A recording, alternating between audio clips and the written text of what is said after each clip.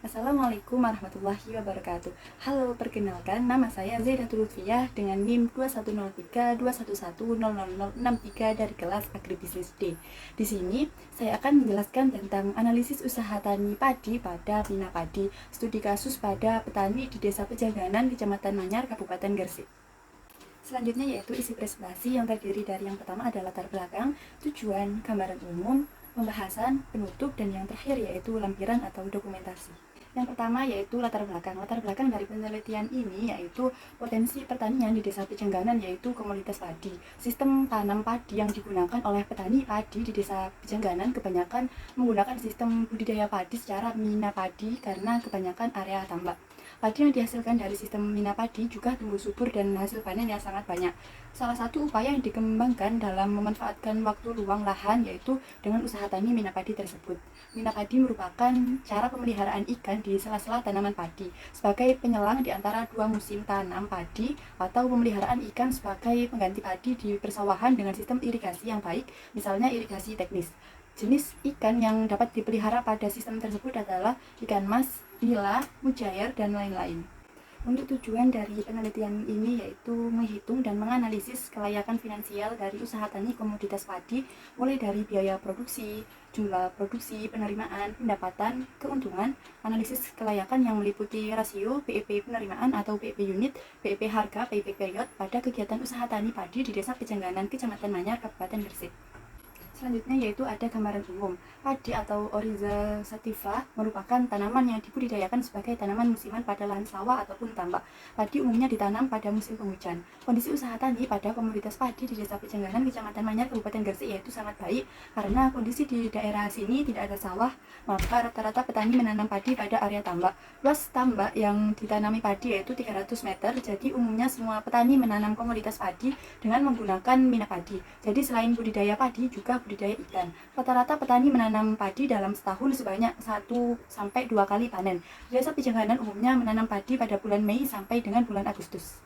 Selanjutnya yaitu ada identitas responden. Pada penelitian ini saya mengambil satu responden dan melakukan wawancara dengan salah satu petani yang berada di Desa Pejangganan, Kecamatan Manyar, Kabupaten Gresik. Untuk identifikasi responden yaitu dengan nama Bapak Suwarno, umur 60 tahun, untuk pekerjaannya yaitu petani dan pendidikan terakhir SD, untuk status lahannya yaitu sewa. Beliau menanam padi pada bulan Mei dan akan panen pada bulan Agustus. Para petani di desa ini hanya khususnya yang termasuk Bapak Suwarno ini menanam padi 1 kali dalam 1 tahun. Jika padinya sudah dipanen, maka akan ganti untuk budidaya ikan. Untuk selanjutnya yaitu pada pembahasan yang pertama yaitu kelayakan finansial usaha tani pada komoditas padi. Yang pertama untuk biaya produksi. Untuk total biaya di sini yaitu penjumlahan dari biaya tetap sama biaya variabel dengan total biaya yaitu 9.310.000 dan untuk produksinya setiap kali panen yaitu 3 ton atau 3.000 kilo dengan harga per kilonya 8.000 dan jumlahnya yaitu 24 juta rupiah. Untuk penerimaan yaitu satu musim karena 1 tahun itu panennya cuma 1 kali, jadinya penerimaannya yaitu 24 juta. Untuk keuntungannya yaitu penerimaan dikurangi total biaya, jadi hasilnya yaitu 14.690.000 rupiah. Untuk selanjutnya yaitu ada penyusutan. Untuk biaya penyusutan ini yang disusutkan yaitu pada biaya tetap seperti alat semprot, mesin prongtok, dan lahan. Untuk menghitung penyusutan ini yaitu harga dikurangi nilai sisa dan dibagi dengan nilai umur ekonomis. Dan hasilnya untuk semuanya, untuk totalnya yaitu 1.283,333. Untuk analisis kelayakan usaha tani yang pertama yaitu pada perhitungan rasio. Dari hasil analisis data di atas diketahui bahwa rasio adalah hasil dari pembagian antara penerimaan dengan biaya total. Diperoleh hasil 2,577. Dengan hasil tersebut menunjukkan bahwa usaha tani di Desa Pejangganan, Kecamatan Manyar, Kabupaten Gresik cenderung menghasilkan keuntungan yang lebih tinggi dibandingkan biaya produksi yang dikeluarkan. Maka pada usaha tani ini dikatakan sangat layak untuk diusahakan karena rasio yang dihasilkan yaitu lebih dari 1. Untuk perhitungan yang kedua yaitu BEP penerimaan atau BEP unit. Dari hasil perhitungan di atas didapatkan nilai BEP penerimaan atau BEP unit sebesar 1.163 kg untuk padi. Jadi untuk mencapai titik impas atau agar usaha tani Bapak Suwarno tidak mengalami kerugian, Bapak Suwarno harus menghasilkan jumlah panen padi sekali panen paling sedikit 1.163 kg.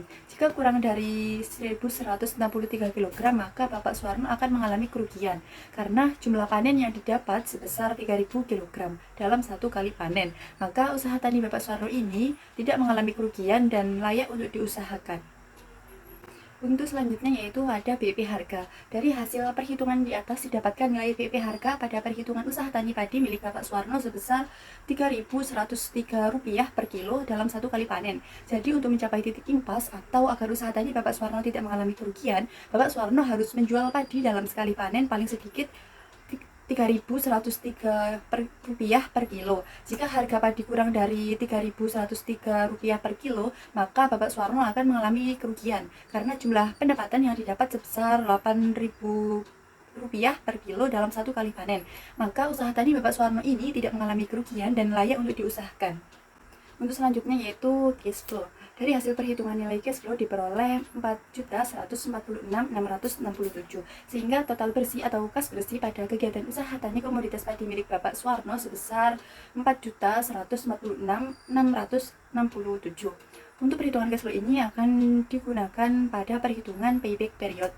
Nah, selanjutnya yaitu ada payback period. Dari hasil perhitungan menunjukkan nilai payback period yang diperoleh yaitu 24 bulan, sehingga dapat diketahui bahwa modal atau investasi pada usaha tani padi milik Bapak Suwarno ini akan kembali dengan jangka waktu 2 tahun. Berdasarkan kriteria kelayakan payback period, maka investasi dikatakan layak untuk diterima karena membutuhkan waktu pengembalian selama 24 bulan atau 2 tahun.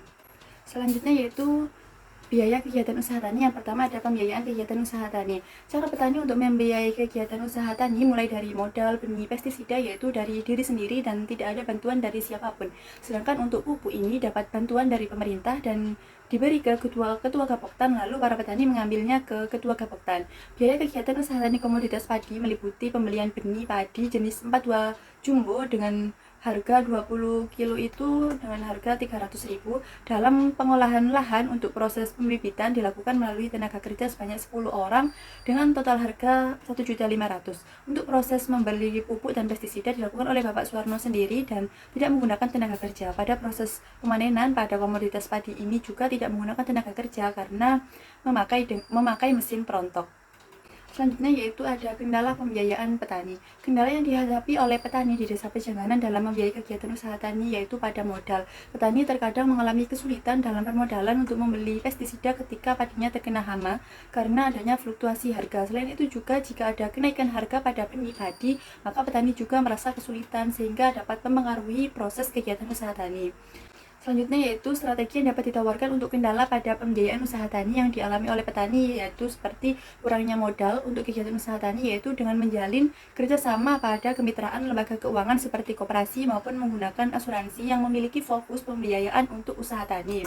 Juga bisa melewati layanan perbankan yang diharapkan dapat menjadi akses kredit bagi petani untuk mengatasi persoalan biaya-biaya untuk menjalankan proses kegiatan usaha taninya. Selanjutnya yaitu resiko kegiatan usaha tani. Dari hasil wawancara pada salah satu petani, resiko dalam kegiatan usaha tani dari komoditas padi yang dialami oleh petani di Desa Pejangganan yaitu resiko gagal panen karena terkena hama, baik hama wereng maupun jamur. Jika dari kecil tanaman padi tersebut sudah terkena penyakit dan daunnya sudah menguning, maka sampai besar pun menguning dan terjadinya gagal panen. Tetapi apabila yang terkena hama cuma sebagian, maka bisa dikasih obat hama dan bisa melakukan panen meskipun hasilnya tidak sebanyak yang tidak terkena hama. Risiko dari serangan hama tersebut dapat mempengaruhi dari pendapatan petani. Selanjutnya, penanganan risiko kegiatan usaha tani. Cara petani untuk mengatasi masalah tersebut adalah memberi obat yang khusus untuk hama pada tanaman padi agar hama mati dan produksi padi bisa banyak. Penanganan risiko yang dapat dilakukan yaitu dengan mengembangkan jaringan kemitraan dengan petani maupun pemasok pestisida dalam memperoleh sebuah informasi yang diperlukan. Untuk kelebihan dari program asuransi yang disediakan pemerintah jika diterapkan pada petani di Desa Pejangganan yaitu bisa melindungi petani dari kerugian kerusakan pertanaman seperti terkena serangan hama dan penyakit, meningkatkan pendapatan petani dari keberhasilan usaha pertanian secara berkesinambungan, menjalin ketersediaan ongkos produksi pada musim tanam, dan untuk tanaman padi yang terkena OPT maka akan ditanggung oleh pemerintah karena adanya asuransi. Sedangkan kekurangan dari program asuransi ini yaitu keterlambatan bantuan dari pemerintah untuk sampai ke petani. Selanjutnya yaitu kerjasama petani dalam kegiatan usaha tani. Untuk kerjasama petani yang dilakukan untuk memperoleh pupuk yaitu kerjasama dengan pemerintah dan Gapoktan. Pemerintah menyalurkan pupuk ke kedua Gapoktan dan petani ambil pupuknya di Gapoktan tersebut. Untuk benih, pestisida, dan modal, petani tidak ada kerjasama dengan siapapun karena untuk modal yang digunakan kegiatan usaha tani tersebut berasal dari petani itu sendiri. Untuk hasil dari produksinya, petani bekerja sama dengan pengepul padi. Jadi ketika padi sudah panen, maka langsung diambil dan dibawa ke pengepul. Untuk perusahaan besar yang bisa dijadikan mitra untuk membantu petani yang ada di Desa Pejangganan yaitu perusahaan Petrokimia Gresik. PT Petrokimia Gresik merupakan pabrik yang membuat pupuk terbesar dan adanya PT Petrokimia itu sebagai solusi dari agroindustri. Dengan melakukan kerjasama pada perusahaan tersebut, maka bisa sedikit banyak lebih membantu dalam hal input produksi seperti benih, pupuk, pestisida, dan modal untuk memberdayakan petani supaya menjadi lebih baik dalam mengolahnya maupun sampai ke panennya. Untuk selanjutnya yaitu ada perencanaan kegiatan usaha tani. Yang pertama, aspek pemilihan lokasi.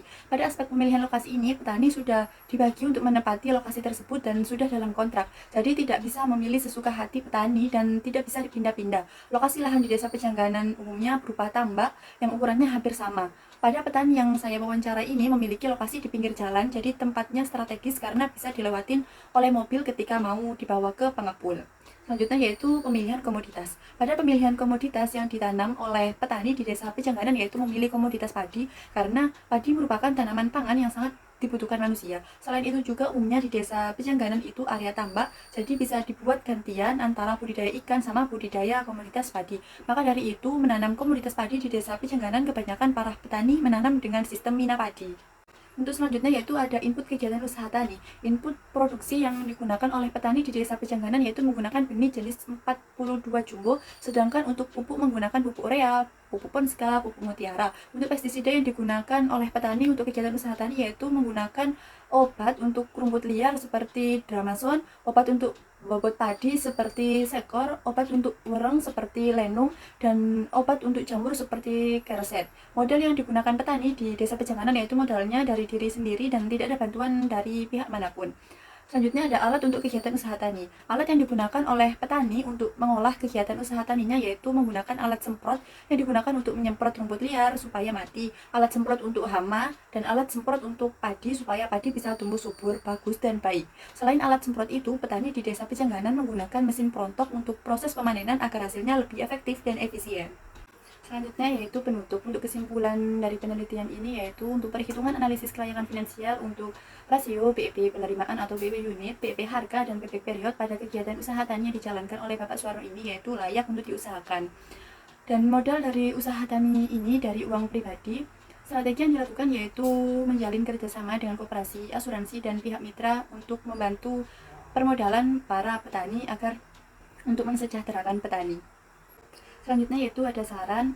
Pada saran ini, petani harus bisa menjalin kerjasama dengan koperasi menggunakan asuransi agar tidak sampai kekurangan modal. Selain itu, juga harus memperhatikan jaringan sosial sehingga terjadi kerjasama yang saling menguntungkan, termasuk dalam hal pembelian benih, pestisida, sehingga untuk mencapai tujuan bersama. Dan selanjutnya ada dokumentasi ketika saya mewawancarai Bapak Suwarno ketika Bapak Suwarno ada di sawah, dan ini merupakan lahan sawah dengan sistem mina padi. Mungkin cukup itu penjelasan dari saya, kurang lebihnya mohon maaf. Wassalamualaikum warahmatullahi wabarakatuh.